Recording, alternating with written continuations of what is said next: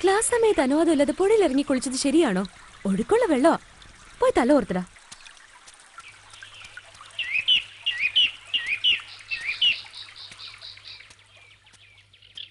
ഈ സംഭവം അനുസരണയിൽ വളരുന്നതിന് എന്നെ വളരെയധികം സഹായിച്ചിട്ടുണ്ട്.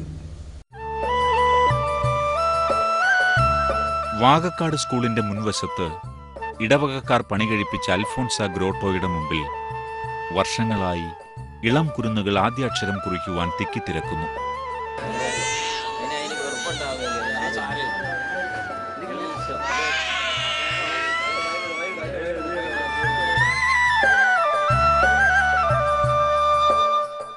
ശിശുക്കൾ എന്റെ അടുക്കൽ വരട്ടെ, അവരെ തടയരുതെന്നരുളിയ യേശുനാഥന്റെ പ്രിയപുത്രി അധ്യാപികയായിരുന്ന അൽഫോൻസാമ്മയുടെ മധ്യസ്ഥത്തിൽ തങ്ങളുടെ കുഞ്ഞുങ്ങൾക്ക് ജ്ഞാനവും ബുദ്ധിയും ലഭ്യമാക്കി അൽഫോൻസാമ്മയെപ്പോലെ പ്രതിസന്ധികളെ അതിജീവിച്ച് ജീവിത വിശുദ്ധിയിൽ ജീവിച്ച് സഭയ്ക്കും സമൂഹത്തിനും അഭിമാനഭാജനങ്ങളായി തീരുവാൻ വേണ്ടിയാണ് ഈ കുഞ്ഞുങ്ങളുമായുള്ള മാതാപിതാക്കളുടെ നീണ്ട ക്യൂ.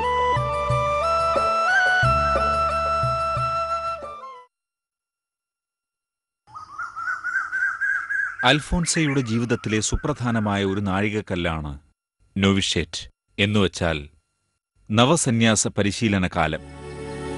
സന്യാസത്തിന്റെ പ്രഭാതമെന്നും ആധ്യാത്മിക ജീവിതത്തിന്റെ ശൈശവദശയെന്നുമൊക്കെയാണ് ആധ്യാത്മിക പണ്ഡിതന്മാർ ഈ കാലഘട്ടത്തിൽ നിർവചിക്കുന്നത്.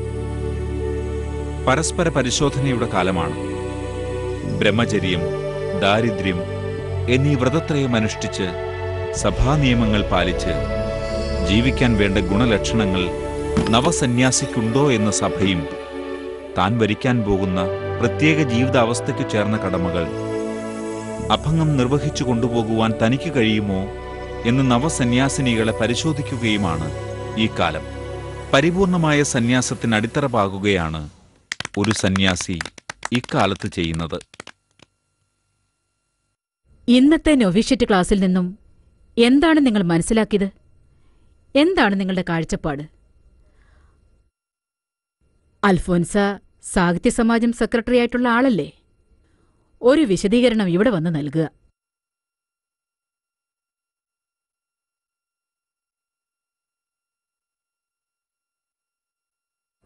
കർത്താവിന്റെ കൃപ കൊണ്ട് മാത്രം ജീവിക്കാവുന്നതാണ് സന്യാസം.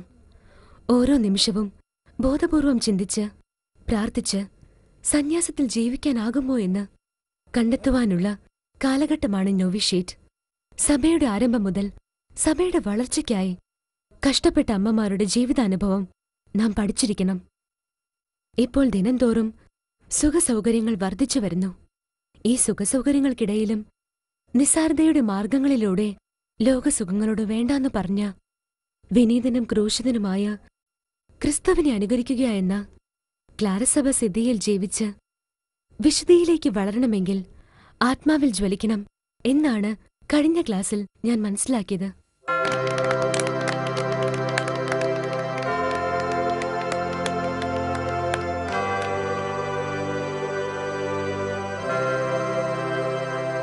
യാത്രയും പഠനവും അൽഫോൻസായെ കൂടുതൽ പരീക്ഷീണയാക്കി. രക്തസ്രാവം കലശലായി. എറണാകുളം ജനറൽ ഹോസ്പിറ്റലിൽ ഓപ്പറേഷനു വിധേയയാക്കി.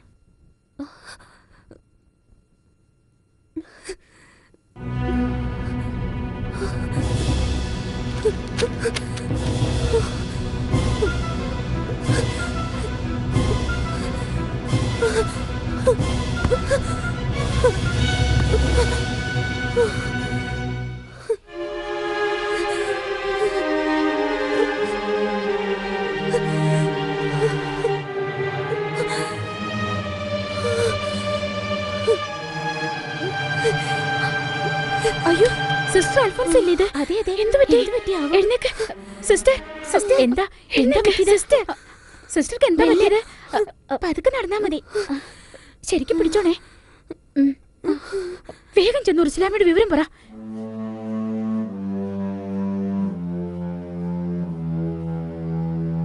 ദേ മരുന്ന് കൊണ്ടുവന്നു. സിസ്റ്റർ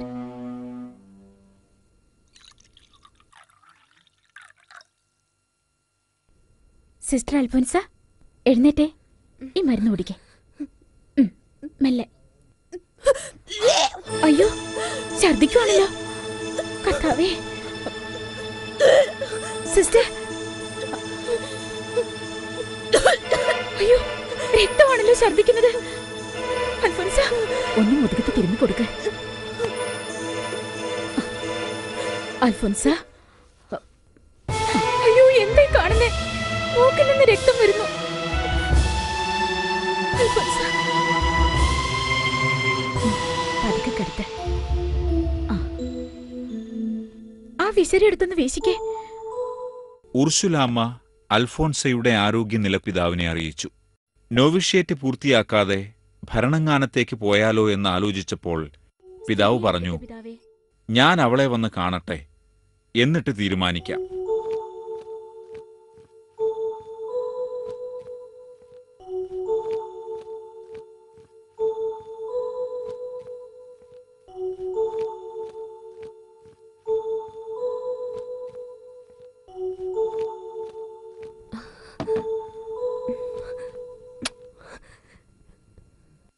അൽഫോൻസ, നിന്റെ രോഗാവസ്ഥ നാം അറിഞ്ഞതിന് പ്രകാരം നൊവിഷ്യേറ്റ് പൂർത്തിയാക്കാൻ സാധിക്കില്ലല്ലോ.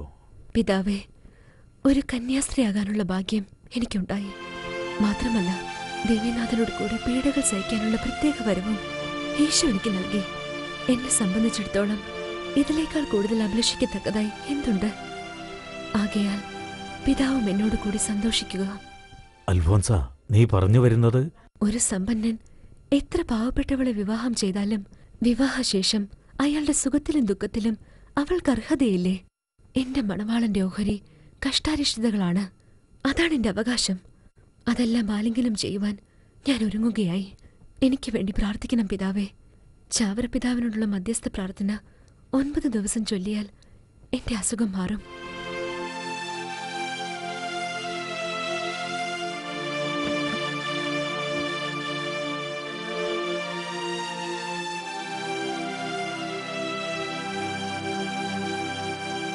സിസ്റ്റർ ഉർസുല, പിതാവേ, അൽഫോൻസയെ ഭരണങ്ങാനത്തേക്ക് തിരിച്ചയക്കണ്ട. ഇവളിവിടെ കിടന്ന് മരിക്കുന്നെങ്കിൽ മരിക്കട്ടെ.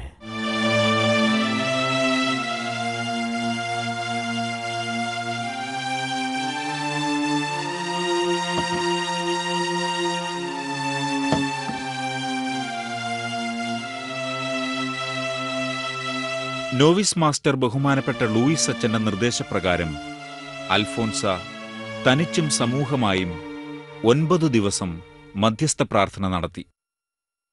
9-ാം ദിവസം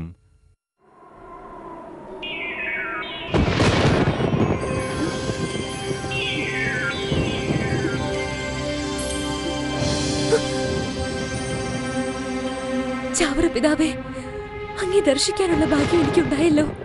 ഈ രോഗം ഇനി നിനക്കുണ്ടാവില്ല. എങ്കിലും പലവിധ രോഗങ്ങളാൽ നീ പീഡിപ്പിക്കപ്പെടും.